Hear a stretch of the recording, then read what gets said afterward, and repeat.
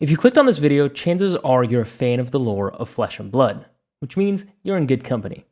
I've just spent the last 10 hours collecting every single lore drop LSS has given us about the power dynamics at play in the íArathael and compiled them in this document. By the end of this video, I hope I've set as clear a stage as I can about Rathe's sister world and contextualized the teaser trailers we've been seeing, including why the set's name, Usurp the Shadow Throne, is much more important than I originally thought. Before we dive into the Shadow Realm, do note this video was filmed while only 2 of the likely 7 trailers for set 20 are out.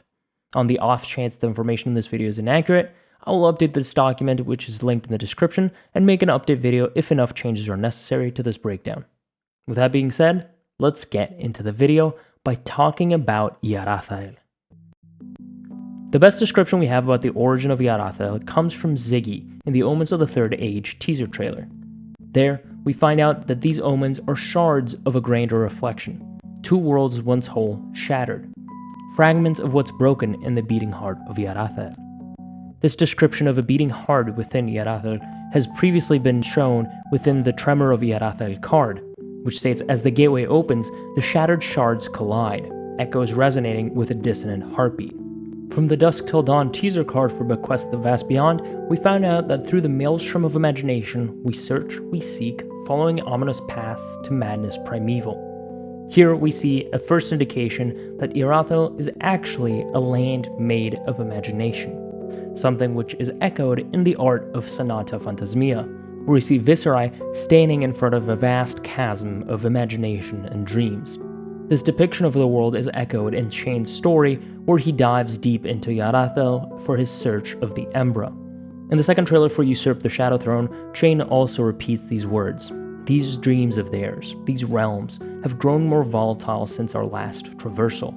It seems that something is changing in this imaginary world, and this is echoed from the Monarch teaser card for Deep-Rooted Evil, which states that the realm of íArathael is ancient, timeless, once filled with wonders beyond mortal comprehension, yet as an undue influence seeps through the tear, the very fabric of this realm is becoming distorted, corrupted by malice and blight.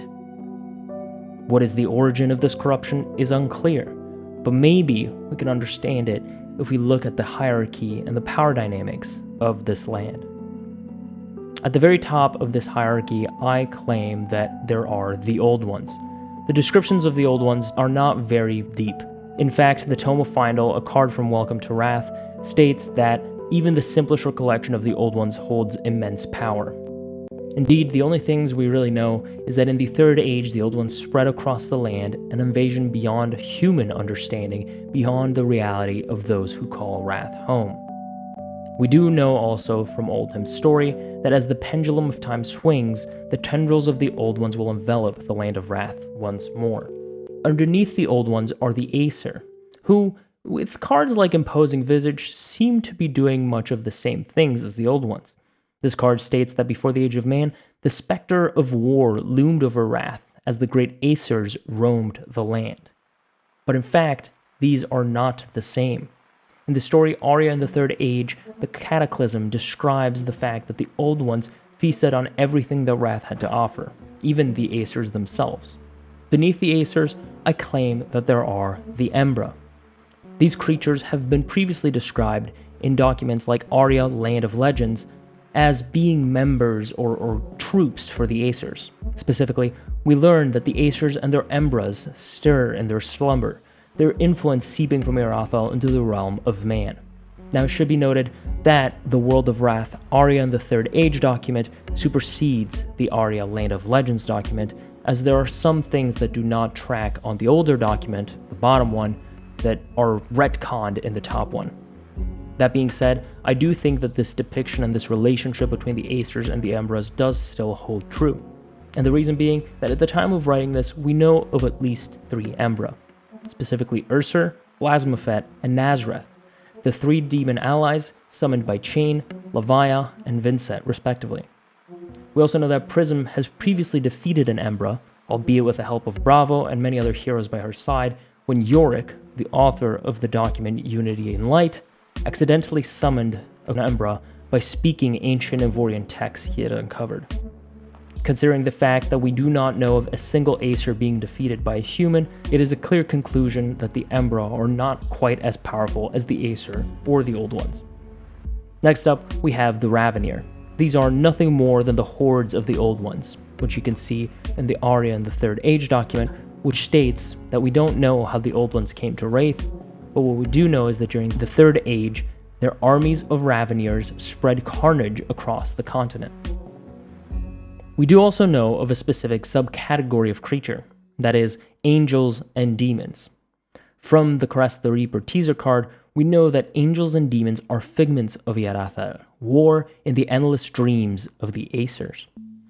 As mortals slay each other through day and night in the blood-soaked lands of Rathe, Embras mirror their glories and tragedies, a phantasmagoria of violence played out in a world of imagination made manifest. And now we get to the main meat of this theory. You see, I claim that at the heart of the Aesirs and the battle across íArathael is nothing more than a game of thrones. The first piece of evidence we have of this is Prism, the Advent of Thrones, who rules or is ruled by Sol, the Aesir of Light. In the Dusk Till Dawn lore recap, we find out that the devout First Grand Magister and Architect of Holy Solana denounced not only Sol, but also humanity's dependence on the Aesir of Light. This to me implies that those two are connected. In case you didn't know, the same constructor and architect of Solana fled to the south seas of Rathe, where he constructed the Demonastery, and there he delved into the secrets of Rathe and its mirror world, íArathael.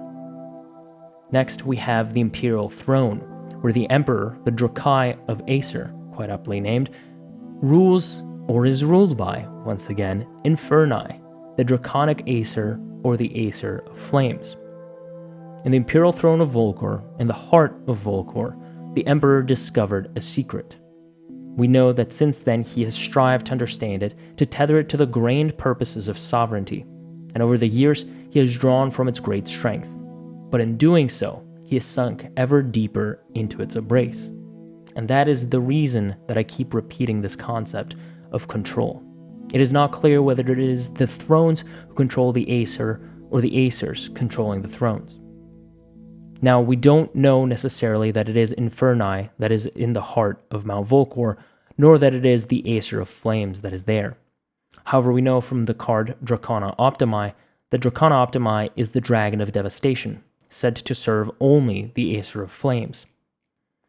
We also have a piece of evidence that has been removed from the internet.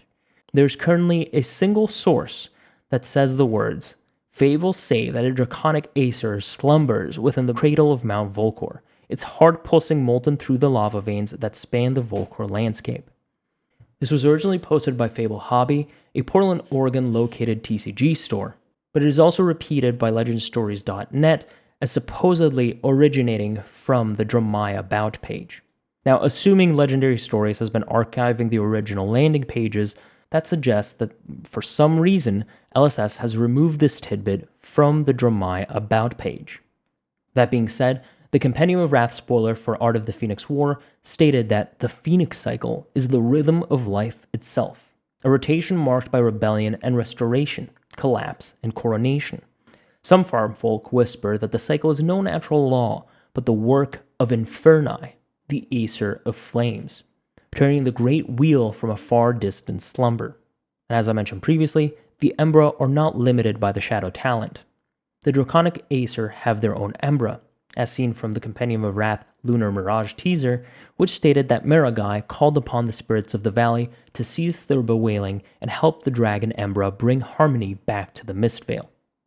We do also know that there is at least one unnamed Aesir in Mysteria, where Katsu's clan, Mugenshi, has a proverb that states, "We are leaves aloft swirling in the breath of a slumbering Aesir." The Chaos talent has its own Aesir as well. Lapocalypta, the cult following the Aesir of Chaos, described as the Raven in the exclusive Outsiders preview for the Codex of Inertia, states, "As far as I have deduced, they worship an entity known as the Raven, the Aesir of Chaos. They believe that by causing pain and suffering to the world, that it will toughen it against future ruin." Fittingly, the Aesir of Chaos does not seem to have a single throne, but rather a cult formed around it.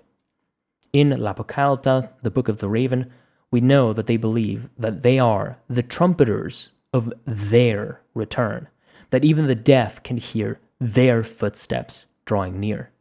Now, I don't know about you, but to me, footsteps sound quite a bit like heartbeats. And maybe the footsteps of their arrivals, whether that is the old ones or the Aesir, I believe that the Book of the Raven and l'Apocalypse are listening to the beating heart of íArathael. But finally, we get to the main meat, the Shadow Throne, where the Shadow Aesir resides. Chane asks, "What happens when a god has a nightmare? The Shadow Aesir reeks of greed and something far worse, not of this world or the next. Could it be? No, the old ones were destroyed." But in order to understand what it is that he reeks of, we need to dive deeper into Chane's pursuit in íArathael. He believes that time is not kind to our cause. And now, marks of the beyond scar Rathe. To what end? He asks. To the dreamer's wake. I believe that Chane is afraid of the awakening of the Aesir. But let's take another small detour. You see, Viserai was shown in the Soul World premiere teaser. From Viserai's story, we know that Viserai has spoken to Whisper, a medium of sorts. When she encountered him, Whisper told him, "Listen well, Arcanite. Beware the man born into power, who abandoned his people to pursue the arcane arts. He who, even now, seeks power to rival the Aesirs themselves. He who would bend and break the laws of this world as he sees fit. No amount of power shall ever be enough to satisfy his desires. A mere weapon is nothing to a god, a tool to be used as he sees fit, kept on a short leash. However, the leash may yet be more fragile than it first appears." Maybe this is a reference to Lord Sutcliffe. After all, Lord Sutcliffe did study the arcane arts and did convert Viserai against his will into a living weapon. And I wouldn't fault you for thinking that, because that is exactly what Viserai thought himself. And so he defeated Lord Sutcliffe's control and escaped him. But yet, he is not a god. Indeed, when Viserai releases himself from Sutcliffe's command, he falls into the hands of another. Viserai states, "I listened to your warning, Whisper. Lord Sutcliffe is no longer my master." And Whisper responds, "You did not listen. Look upon the army of one who thinks himself of a god." And then Viserai looked behind him. In the background, the statue loomed over all of the creatures standing behind him, immobilized by some unseen force, his outstretched hands casting shadows over the gathered creatures. But then, if it's not Sutcliffe, is it Chane? Well, it could be. Chane is burdened with the duty to protect humanity from the return of the Aesir. He and his fellow disciples have sought a way to weaken the old ones and harness their arcane energy to their own ends. And yet, when he bound himself to Ursur, he found a dark, ominous presence concealing itself within his shadow, whispering in his ear, tempting him with greater power and the allure of forbidden knowledge. What if it wasn't Ursur? What if that which was whispering in his ear was something much more powerful? The same thing that captured Viserai, the same thing that tries to confuse the Emperor. And maybe the same voice that is whispering to the people of Solana, to wage a war and spill blood for no reason but the entertainment of something so powerful humans cannot comprehend it. All I have to say is that we do have a card called Shadow Puppetry. There may just yet be a puppet master in the shadows that is yet to reveal himself. The teaser for Shadow Puppetry states that the old ones are as impersonal and inhuman as nature itself. Some are more gentle by nature, their presence a mere ripple on the fate of humanity. Others are drawn to the fleeting nature of human life, meddling in the affairs of mankind without reserve.